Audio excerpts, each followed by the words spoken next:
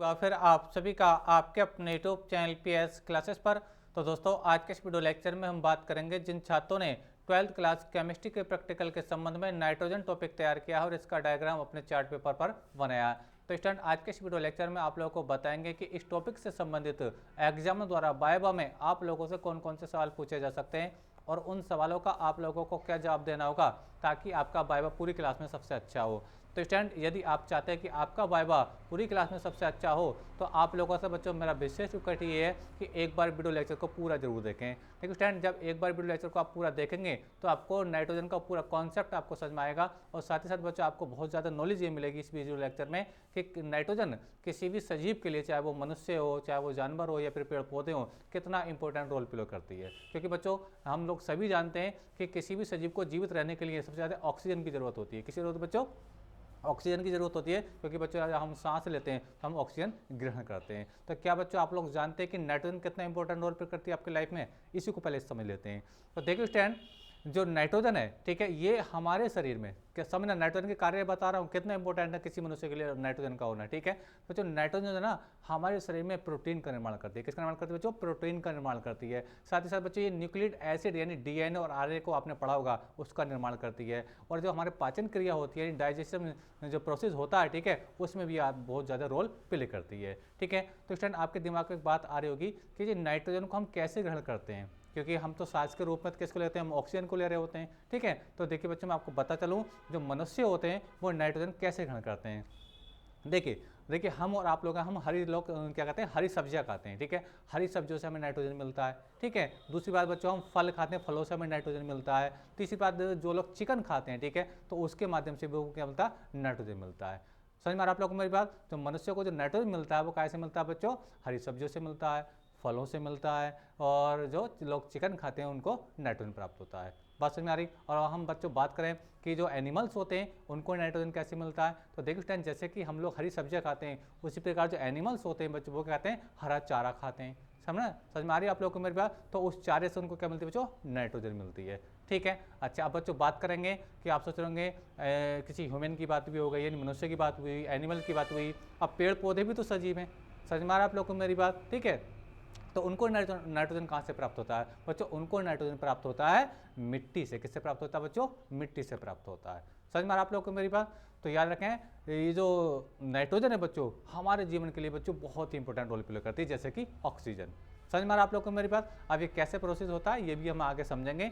ठीक है, तो आप देखिए इससे रिलेटिव हम कुछ क्वेश्चनों को समझते हैं कि आप लोगों से एग्जामिनर द्वारा इस टॉपिक से कौन कौन से सवाल पूछे जा सकते हैं। ठीक है, तो सबसे पहले इसकी थोड़ी हम बेसिक जानकारी की बात करते हैं कि इसको सबसे पहले किसने खोजा था, कब खोजा था। ठीक है, तो बच्चों नाइट्रोजन का जो रासायनिक सूत्र था, पहले रासायनिक सूत्र की बात कर लें तो इसका जो रासायनिक सूत्र था बच्चों क्या होता है बच्चों? N2 होता है। क्या होता है बच्चों? N2 होता है। ठीक है, और इसको जो खोजा गया था बच्चों सबसे पहले कब खोजा गया था? इसका जो आविष्कार हुआ था बच्चों वो सन 1772 में होता है, यानी 1772 में हुआ था। ठीक है, और इसको जो खोजा था बच्चों किसने खोजा था? इसको खोजा था बच्चों, खोज करता थे वो डेनियल रदरफोर्ड थे। यानी नाइट्रोजन को सबसे पहले किसने खोजा था बच्चों? डेनियल रदरफोर्ड ने खोजा था। और वो कब खोजा था बच्चों? ये डेट भी याद रखना, 1772 में खोजा था। ठीक है, अच्छा और बच्चों इसका जो पहला नाम दिया गया था यानी 1772 में जो इसका नाम दिया था, ये जो अब हम इसको नाइट्रोजन कहते हैं ना, ये नाइट्रोजन नाम तो इसको 1882 में दिया गया था। 1882 में दिया गया था। लेकिन इसका जो प्रारंभिक नाम था बच्चों क्या था? इसका पहला नाम था बच्चों एजोट। क्या नाम था बच्चों? एजोट नाम था इसका। ठीक है, और इसको 1882 में एक वैज्ञानिक थे चैपल। 1882 में एक वैज्ञानिक थे चैपल ने इसका नाम क्या दिया था बच्चों? नाइट्रोजन दिया था। याद रहेगा आप लोगों को? तो सबसे पहले कब खोजा गया था बच्चों? इसको 1772 में खोजा था। किसने खोजा था? डेनियल रदरफोर्ड ने खोजा था। इसका पहला नाम क्या था बच्चों? एजोट था। ठीक है, जो 1882 में एक वैज्ञानिक थे चैपल, उन्होंने इसका नाम क्या रखा था? नाइट्रोजन रखा था। समझ में आप लोग को मेरी बात? अच्छा अब आपने टॉपिक तैयार तो कर ही लिया है, आपने डायग्राम बनाया होगा, इसकी प्रयोगशाला भी बनाई होगी। ठीक है, तो अब सबसे पहला क्वेश्चन बच्चों आपसे यही पूछा जाएगा कि इसको प्रयोगशाला में कैसे बनाते हैं। ठीक है, तो देखिए इसी क्वेश्चन को हम तो सबसे पहले हम यहाँ पे समझते हैं। देखिए क्वेश्चन नंबर 54 आपसे पूछा जाएगा प्रयोगशाला विधि। ठीक है, यानी जो आपने बनाई है इसको कैसे बनाते हैं। डायग्राम आपने बना लिया। ठीक है, हो सकता है आप लोगों ने डायग्राम के नीचे इसकी रिएक्शन लिख भी रखी होगी और नहीं लिख रखी होगी तो आपको लिखना आना चाहिए, ये आपसे लिखवाई जा सकती है एग्जाम में, यानी वो एग्जामिनर आपसे लिखवा सकते हैं अपने सामने। ठीक है, तो देखिए कैसे इसको बनाते हैं बच्चों। इसमें क्या होता है, देखिए एक होता है अमोनियम क्लोराइड, दूसरा होता है बच्चों सोडियम नाइट्राइड। जब अमोनियम नाइट्राइट के विलयन की अभिक्रिया, अमोनियम नाइट्राइट के विलयन की अभिक्रिया सोडियम नाइट्राइट से कराते हैं, ठीक है, तो क्या बनता है बच्चों, हमें मिलता है नाइट्रोजन यानी N2 प्राप्त होता है। कैसे प्राप्त होता है देखिए मैं आपको बता रहा हूँ। तो ये है बच्चों आपका अमोनियम क्लोराइड, जिसे हम क्या बच्चों सदर कहते हैं, और ये बच्चों आपका सोडियम नाइट्राइट। जब इन दोनों की अभिक्रिया होती है बच्चों तो हमें क्या क्या मिलता है, देखो हमें मिलता है, देखो NaCl मिलता है, लेकिन तो इसके सह उत्पाद है, मुख्य उत्पाद तो इसका N2 ही होता है, ठीक है। तो देखिए यहाँ तक मिला NaCl मिलेगा, तो Na और Cl, तो NaCl बनेगा, ठीक है। देखो हाइड्रोजन कितने बच्चे इसके अंदर 4 हैं, तो 4 हैं तो जल के 2 अणु बन जाएंगे, ठीक है। तो देखिए क्या बन जाएगा 2H2 बन जाएगा, जिससे क्या हो जाएगा, ये दोनों ऑक्सीजन बच्चों यहाँ पर आ जाएंगे, ठीक है। साथ में क्या बच्चा, देखो एक N ये बचा बच्चे, एक N ये बचा, तो कितना N2 बचा, क्या बच्चों N2, और यही बच्चों क्या आपका नाइट्रोजन गैस है, यही क्या बच्चों आपकी नाइट्रोजन गैस है। समझ में आ रहा आप लोगों को मेरी बात। तो कैसे बनाते हैं मैंने आपको बताया, अमोनियम क्लोराइड के विलयन की अभिक्रिया सोडियम नाइट्राइट से कराते हैं, तो क्या बोलते हैं बच्चों, नाइट्रोजन मिलती है। समझ में आ रहा आप लोग में। तो ये रिएक्शन बच्चों आपको लिखना आना चाहिए, इसको अच्छे से याद कर लेना, ठीक है। अच्छा आगे हम बात करेंगे बच्चों क्वेश्चन नंबर 2 की बात करेंगे। देखिए N2 के उपयोग बताइए, इसका यूज बहुत ज़्यादा आपसे पूछा जाता है कि N2 किस काम आती है। बहुत सारे उपयोग हैं, जैसे कि मैंने अभी आपको बताया था कि ये हमारे शरीर के अंदर प्रोटीन का निर्माण कराती है, ठीक है, ये DNA का निर्माण कराती है, RNA का निर्माण कराती है, ठीक है, और हमारे पाचन क्रिया में भी हमारी बहुत ज़्यादा हेल्प करती है, ठीक है। और भी इंपॉर्टेंट यूज है मैं आपको बता रहा हूँ। देखिए इसका उपयोग होता है बच्चों उर्वरक बनाने में, यूरिया बनाने में, किस बनाने, यूरिया बनाने में, जिसका सूत्र होता है NH2CO NH2। यूरिया का सूत्र याद रख लेना, आपसे पूछा जा सकता है, क्योंकि नाइट्रोजन का ही कंपाउंड है यूरिया, क्या होता है NH2CO NH2, ठीक है। किसका सूत्र है बच्चों, वो यूरिया का सूत्र है, किसका बच्चों, यूरिया का सूत्र है, ठीक है। चलिए मैं इसको लिख देता हूँ, यूरिया का सूत्र देखिए, यहाँ पे कभी आप भूल जाएं इसको, सूत्र क्या देखिए NH2CO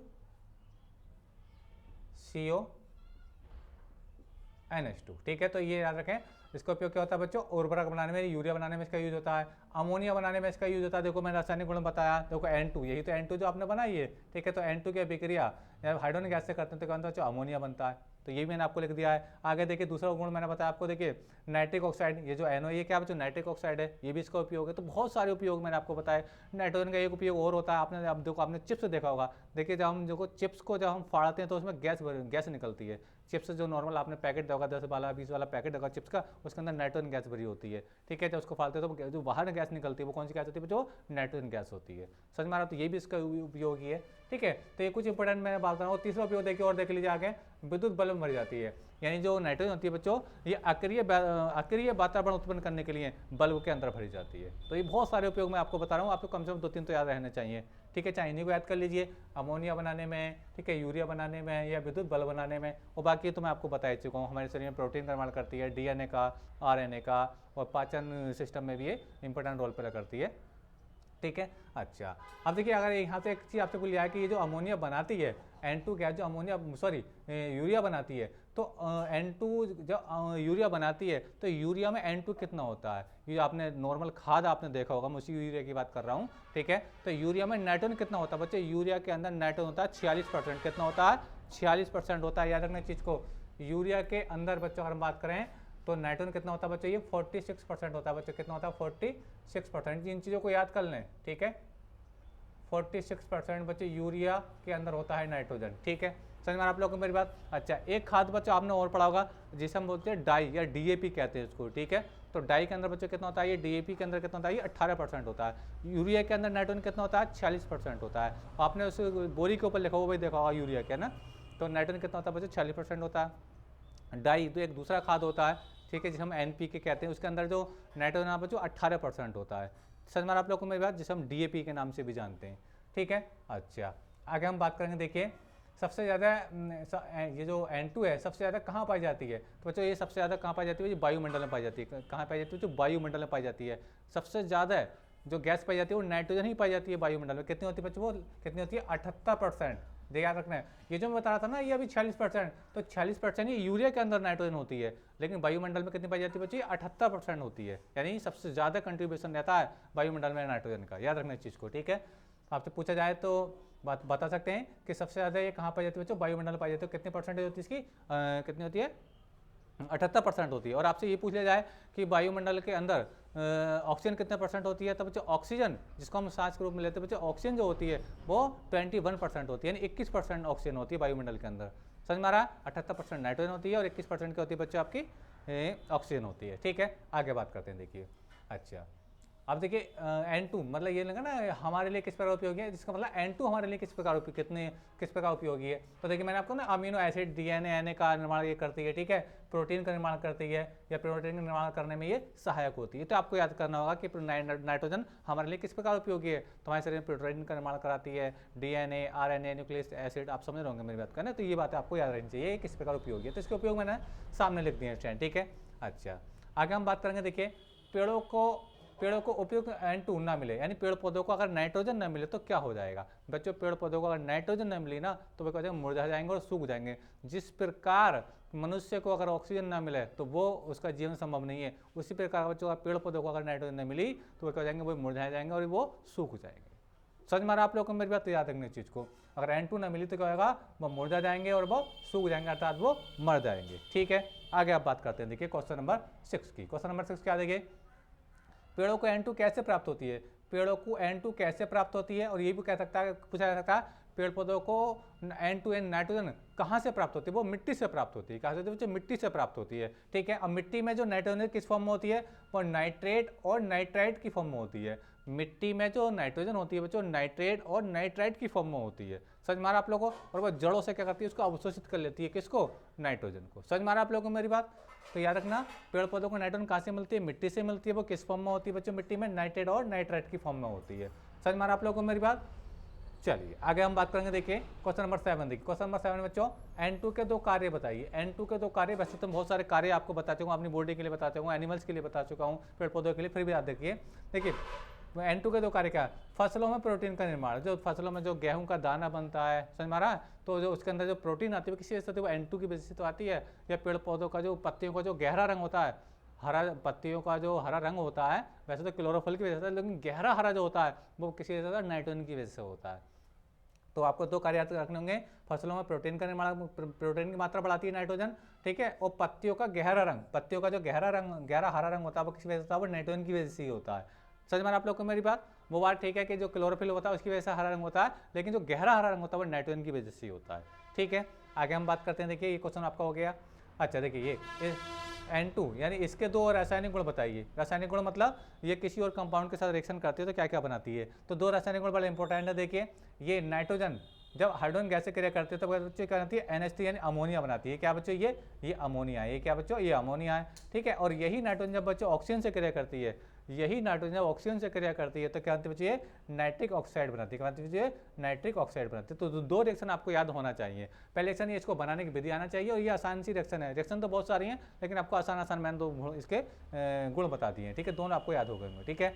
अच्छा आपसे पूछा है कि N2 का अणुभार कितना होता है, तो अच्छा N2 का जो अणुभार होता है, देखिए नाइट्रोजन का अणुभार कितना होता है, 14 होता है। अब 14 को 2 से गुणा कर दीजिए तो N2 का जो अणुभार होगा वो कितना आ जाएगा बच्चों, 28 आ जाएगा, ठीक है। और आपसे पूछा है कि ये वायु से हल्की होती है कि भारी होती है, तो नाइट्रोजन गैस बच्चों वायु से थोड़ी हल्की होती है, रंगहीन गंधहीन गैस होती है, और ये विषैली भी नहीं होती है। समझ में आप लोगों को मेरी बात। वायु से हल्की होती है, रंगहीन होती है मतलब इसके अंदर कोई रंग नहीं होता, गंधहीन मतलब इसके अंदर कोई भी गंध नहीं आती है, ठीक है। और वायु से हल्की होती है। कितना इसका बच्चों अणुभार होता है, वो होता है 28 होता है, ठीक है।